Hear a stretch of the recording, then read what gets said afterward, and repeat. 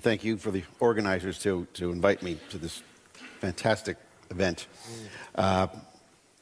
We especially need transatlantic dialogue now with so much divisiveness and misunderstanding and sort of things, unscripted things that often get misinterpreted. But in looking at this problem, first, the Russians have been subverting all of us for 100 years. The Kremlin has. So this is nothing new.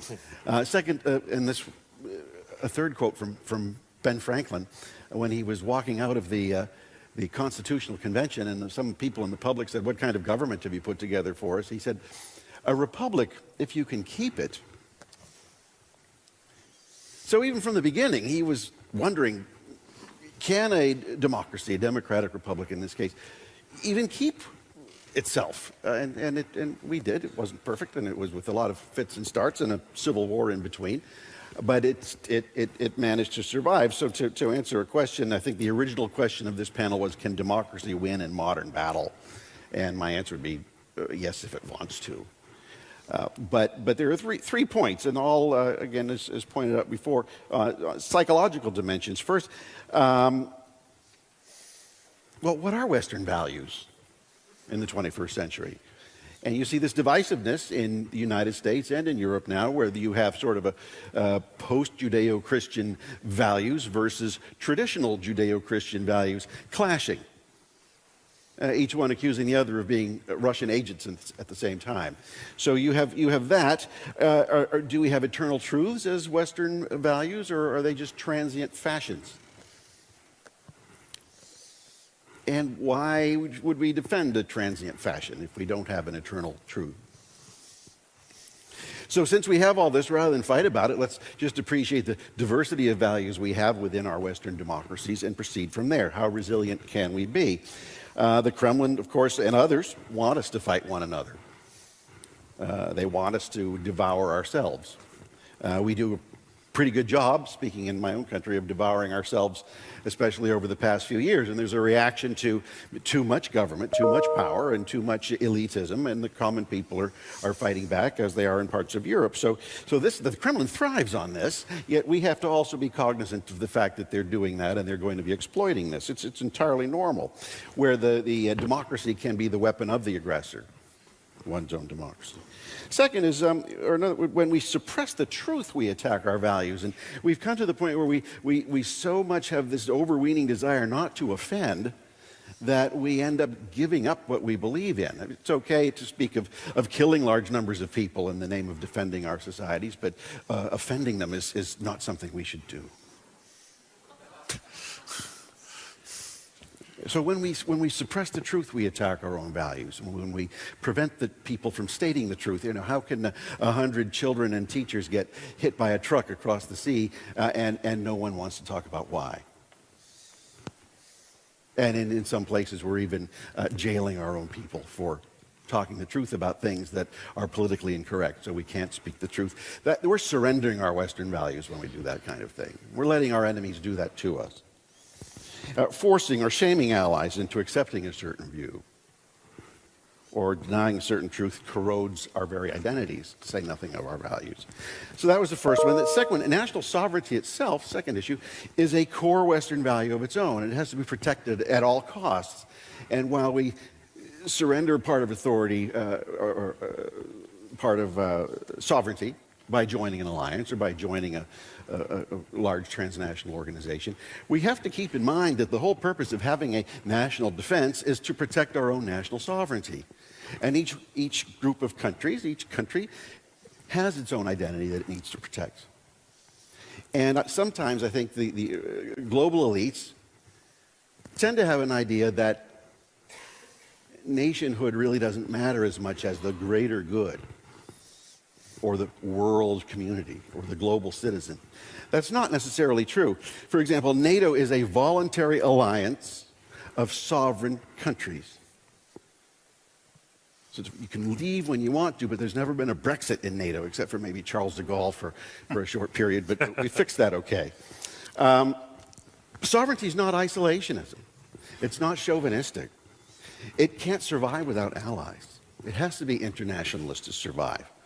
If you look at President Trump's 2017 Warsaw speech, or his 2017 national security strategy, or his recent speech to the UN General Assembly, the scripted part, you'll see repeated references to not just American sovereignty, but envisioning a whole world of sovereign nations that can all prosper and live in peace and work together, but sovereign nations with governments that are responsible to their own populations.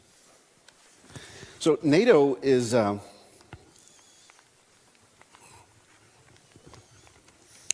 to defend it, but it's also threatened by other pressures to deprive countries of their own sovereignty. Some NATO allies, as we've talked about here already, want to make the alliance dependent on Vladimir Putin's natural gas switch, and in turn pump the Kremlin full of hard currency to bail out the hostile regime. Others of us think that's a real problem for a military alliance.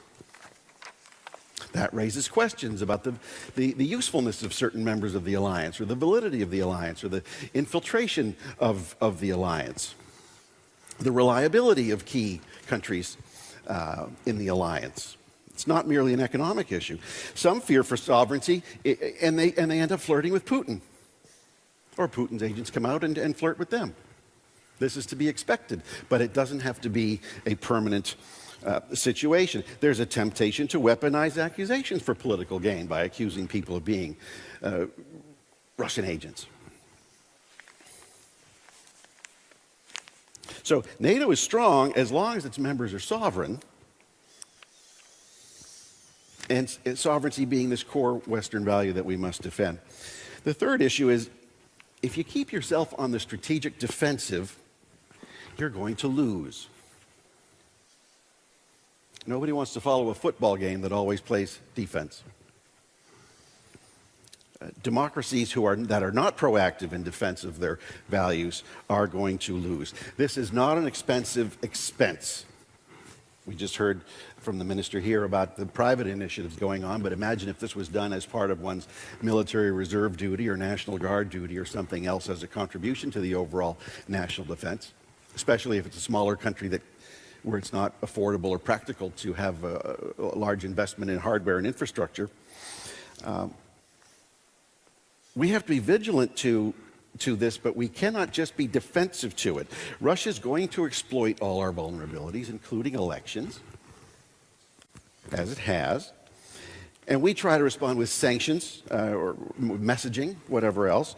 But we sort of recoil in horror at the idea of thinking of unconventional approaches to what we consider unconventional problems.